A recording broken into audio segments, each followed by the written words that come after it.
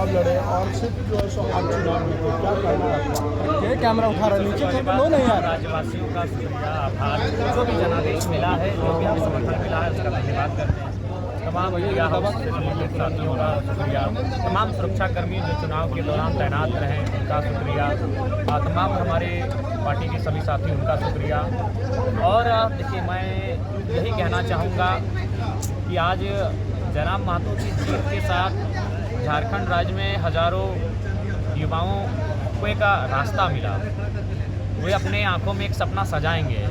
जयराम महतो एक साधारण मिट्टी से निकल कर आया बेटा, अगर विधानसभा तक जा सकता है तो वे भी जाएंगे। हाँ, ये बात रही कि हम लोगों ने कुछ बात मैं आपको कहना चाहूँगा। मैं 29 साल की उम्र में विधायक बना हूँ। मुझे मेरे विधायक बनने से लाखों लोगों को खुशी है, लेकिन इंटरनली अगर मेरे अंदर कोई विशेष भाव उत्पन्न नहीं हुआ है, क्योंकि मैंने इन 3 सालों में जनता के दुख दर्द तकलीफ को इतना देखा है कि मेरे अंदर जो कुछ भाव होते हैं उन भाव को भी मैं समझ नहीं पा रहा हूँ कि विधायक बनने की एक ललक होती है।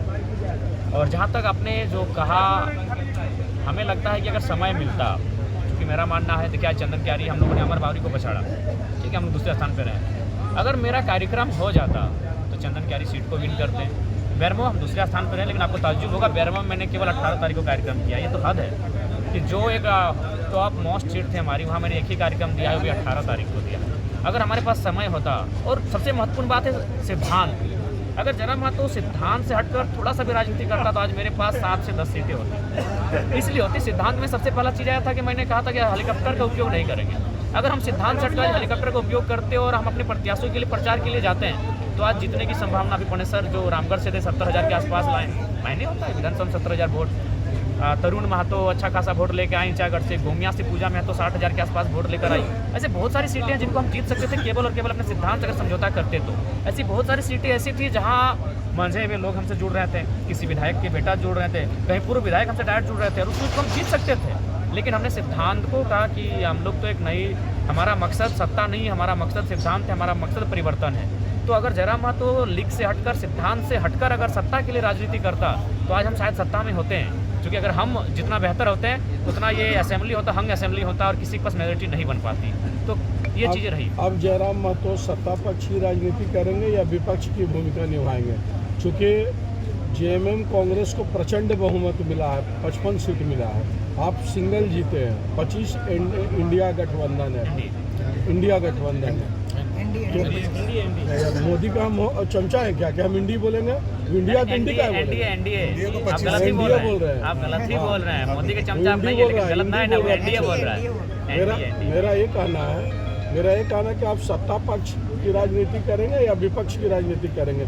आप अभी जेएमएम को समर्थन देंगे सरकार को या जो है विपक्ष की भूमिका निभाएंगे? देखिए, ये तो उनकी पॉलिसी पे डिपेंड करता है। जेएमएम जो पॉलिसी लेकर आएगी सदन पे, अगर वो पॉलिसी राज्य के लिए कल्याणकारी होगी, अगर वो पॉलिसी राज्य के लिए हितकारी होगी तो समर्थन देंगे। लेकिन राज्य के लिए अगर हितकारी नहीं होगी तो निसंदेह हुआ सड़क से लेकर सदन तक अपनी आवाज़ को बुलंद करेंगे, हम सदन में भी उनका विरोध करेंगे। तो ये डिपेंड करता है कि सरकार जो पॉलिसी लेके आती है और उस पॉलिसी को जनता का क्या फीडबैक मिलता है। क्योंकि हम लोग जनता की आवाज़ बन के सदन में जा रहे हैं, तो उस हिसाब से सरकार की नीतियों का समर्थन देना या ना देना उनकी नीतियाँ तय करेंगे। गिरिडीह में बहुत योजना और बिजली की माफी योजना जैसी चला है जयराम जी। गिरिडीह सीट के बारे में देखिए, इसके लिए हम लोग मंथन करेंगे और कहाँ खामियां रही उन खामियों। जनता ने मन मना लिया था, परिवर्तन की लहर चल रही थी और बगोदर विधानसभा में तो आमूल परिवर्तन की बात सोचा था लोगों ने। तमाम कार्यकर्ता ने दिन रात मेहनत किया और पार्टी के वरीय साथियों ने भी काफ़ी मेहनत किया, चाहे वह बाहर का नेता हो, चाहे क्षेत्र के, चाहे जिला के, काफ़ी लोगों ने मेहनत किया और अच्छा मतों से जीत हासिल किया है। इसलिए तमाम कार्यकर्ताओं को धन्यवाद दूंगा। झारखंड में कटेंगे और बटेंगे या बांग्लादेशी घुसपैठ का मुद्दा चला ही या नहीं आप लोगों का? नजर तो नहीं आ रहा है? हम लोग तो चलाते आए हैं, चलाएंगे। जो मुद्दे हैं वो बरकरार रहेंगे। जनता जब समझे, हम लोग तो आवाज़ उठाते हैं, जनता के हित की बात करते हैं। हम भारतवासी हैं, हम घुसपैठियों को स्थान नहीं देंगे। घुसपैठियों के लिए हमारी सरकार रहेगी, जो सरकार उसे हम लोग प्रस्ताव रखेंगे, बात रखेंगे, जिससे सरकार बनेगी। अभी तो कहा नहीं जा सकता है क्या होगा नहीं होगा। नागेंद्र जी, काफ़ी अंतराल रहा गांधी आपके बगोदर विधानसभा में जीत का। ये तो मेहनत का है। मेहनत का फल मीठा होता है। और डेवलपमेंट जो हुआ, चाहे वह प्रधानमंत्री जी के द्वारा दिए गए कार्यों का, चाहे 5 साल के हम लोग को ये क्या कहते हैं डबल इंजन की सरकार रही, उसमें जो डेवलपमेंट का वर्क हुआ, इसे जनता खुश रही। लेकिन सरकार आपकी तो नहीं बन पा रही है। अब सरकार नहीं बन पाई, जो सरकार बनेगा उसे मैं प्रस्ताव रखूंगा कि क्षेत्र का डेवलपमेंट का सवाल है। इस पे क्या कहेंगे? सरकार तो आती और जाती रहती है। झारखंड में जो आपको बहुमत मिला नहीं मिला, जितनी सीटें आई, इस पे क्या कहेंगे? इसका क्या कारण रहा इतने कम सीटों पे आपकी सीमा? कारण तो जो भी हो, अभी तो कारण की समीक्षा नहीं हो पाई। जब कारण की समीक्षा होगी तब मैं बातें करूंगा कि किस कारण से हम लोग इस तरह से डिफीट खाए हैं, कि क्या हुआ है। उस बात नेक्स्ट बात है। जनता को क्या संदेश देना चाहेंगे? जनता ने हमको जो जनादेश दिया उसमें जनता बधाई के पात्र है, कार्यकर्ता बधाई के पात्र हैं। अपने विधानसभा में